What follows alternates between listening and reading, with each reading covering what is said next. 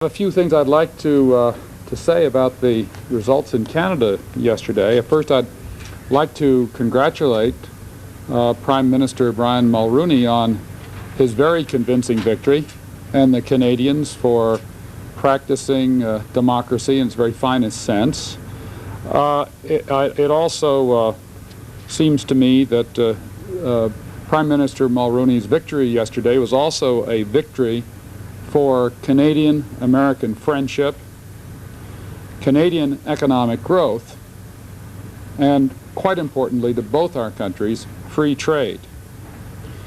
The favorable result of the elections for the Conservatives appears to mean that the Canadian Free Trade Agreement will move ahead.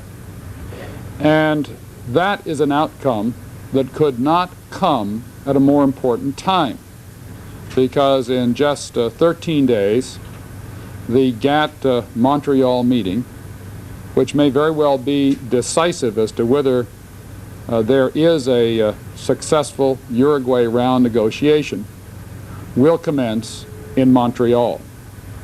And the movement towards a free trade agreement between the United States and Canada, I think will have a decisive and positive effect on those negotiations. Finally,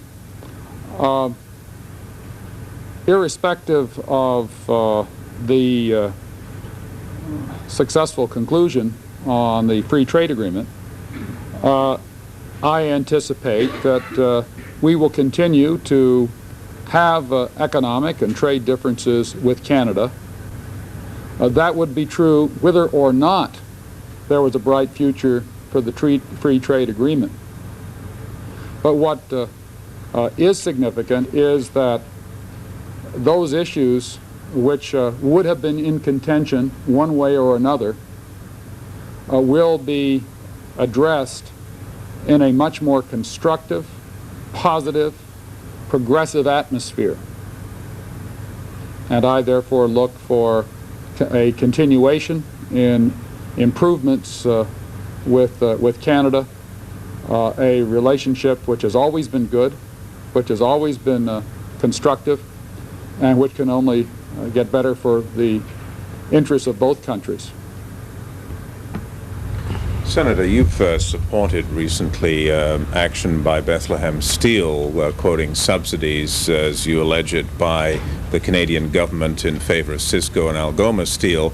This question of subsidies, as you know, is an active one in the Canadian campaign. What can you say about the American attitude to American subsidies, which is one of the unsettled questions in the free trade agreement, and how aggressive you're going to be in going after those subsidies, since you're so far one of the most aggressive? The United States wants to pursue its rights under the GATT. We would want Canada to pursue its rights under the GATT. But the issue of subsidies between the United States and Canada has been a contentious one in the past.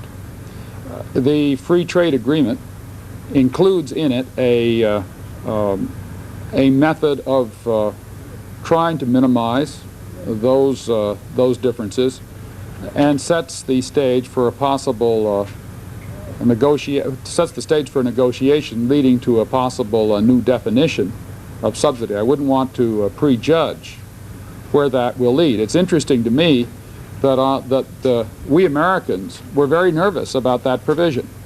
We were afraid that our negotiators would negotiate away many of our rights under the GATT to file petitions against GATT illegal subsidies.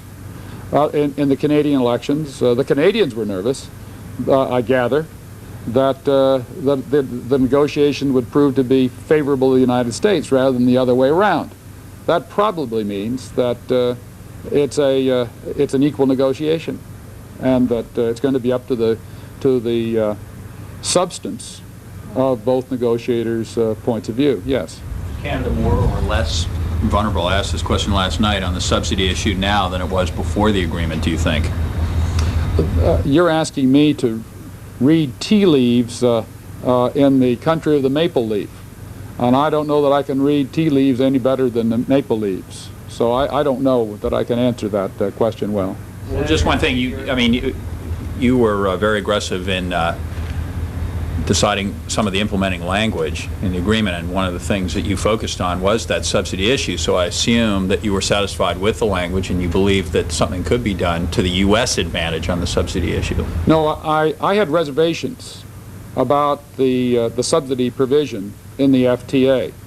I fear, just as I said a moment ago, that it might lead to our negotiators, particularly if they had other agenda items that to them were more important, for them to compromise the American position on subsidies, which we believe is the GATT position, to the extent that we would sacrifice U.S. rights under the GATT by virtue of a negotiation on subsidies with Canada.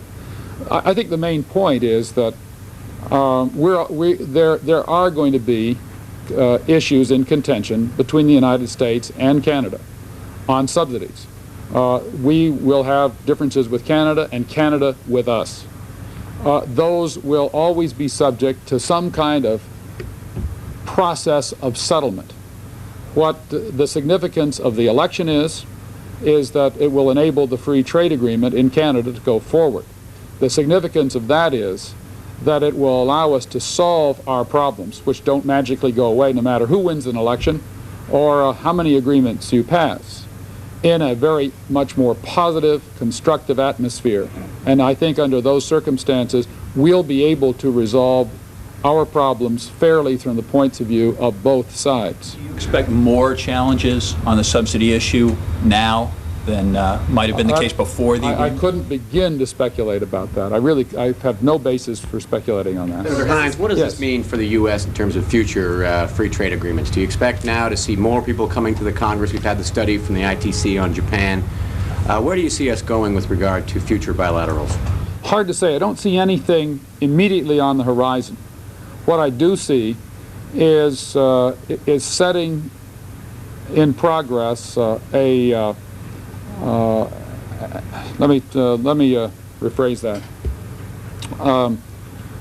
I don't see any other agreements immediately on the horizon, but I do see some real momentum for the multilateral approach represented by the Uruguay round. Let me put it both in a negative and a positive way. Had the Conservatives lost to either of the opposition parties or to a coalition, it would have been clear that the U.S.-Canada Free Trade Agreement would have been dead. That was certain. Had that happened, I think it would have absolutely crippled the Uruguay round, and specifically would have undercut any prospects for advancing the negotiations in Montreal 2 weeks from yesterday. On the positive side, I think the fact that the U.S. and Canada are moving ahead successfully on a bilateral agreement will give significant momentum and will help us make breakthroughs in the Montreal talks on some of the extremely critical issues.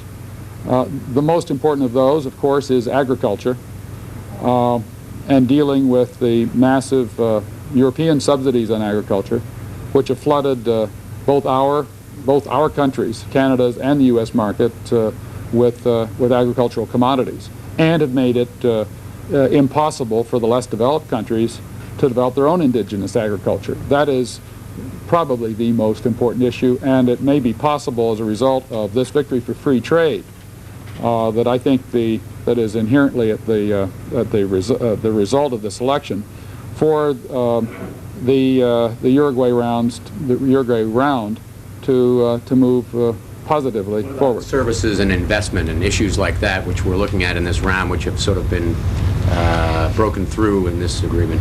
Well, I wouldn't claim to be a master strategist for those negotiations, but it seems to me, as a very interested observer, that if there's going to be any agreement on investment and services, on intellectual property, you've got to have something to make it possible for the LDCs and the NICs to be a part of that agreement. What they want more than anything else is for the developed countries to stop so heavily subsidizing developed country agriculture. Those are the dynamics, it seems to me, of a possible agreement. Senator, what about the VRA question on steel? Are VRAs going to be legal with Canada under a free trade deal? I know you've asked the President-elect to extend those for another year. Voluntary agreements are always legal if they're voluntary. What I think you mean, if I may rephrase your question, is will President-elect Bush, countries, including Canada not having been a participant in the VRAs to date, will he seek to engage all countries, including Canada? I would anticipate he would. But that's the Vice President's decision. Will I urge him to include all countries? Yes, I will. Senator, there are a number of, in fact, most of the domestic steel industry would like to see Canada, a VRA negotiated with Canada. There's one group of people who is saying, yes, okay, that's legal, and therefore, yes, it could happen. There's another group saying, yes, it's legal, but it would, in essence, violate the spirit of the FTA, and therefore it probably wouldn't happen. Let me explain the dynamics of the VRA program. The dynamics of it are that it only works if everybody exercises restraint. If all the countries except one, whether it's Sweden or Taiwan or Canada or Mexico, if all the countries except one exercise restraint and one other country doesn't, those other countries that have exercised restraint have done so not for the benefit of the United States, but for the benefit of itself and to the detriment of all those other countries. That is why a voluntary restraint agreement needs to be respected by all the major players. Do you believe that the equity provision and the melted and poured provisions in the trade bill would not do enough to that end, that all the countries... The equity provision in the trade bill gives the President authority to impose a selective restraint agreement, I suppose it's really an OMA, on a country that takes advantage of the situation I've just described. That's why it's in there. Do you think it will be effective or not be effective? You're saying that you think that other countries that are like Canada need to be brought in. Is that possibly because you feel that that might not be effective enough in controlling that problem of transshipment of those countries increasing their... Well, I think having the equity provision is important to successfully renegotiating the next VRA round. And the reason is that those people who might otherwise want to cooperate with the United States could be reluctant to do so if they felt that their concessions through a voluntary restraint agreement were going to be taken advantage of by somebody else. The existence of an equity provision, therefore, even if it's never used, is with a small s, a safeguard for those countries that agree to a restraint provision. Well, thank you all very much.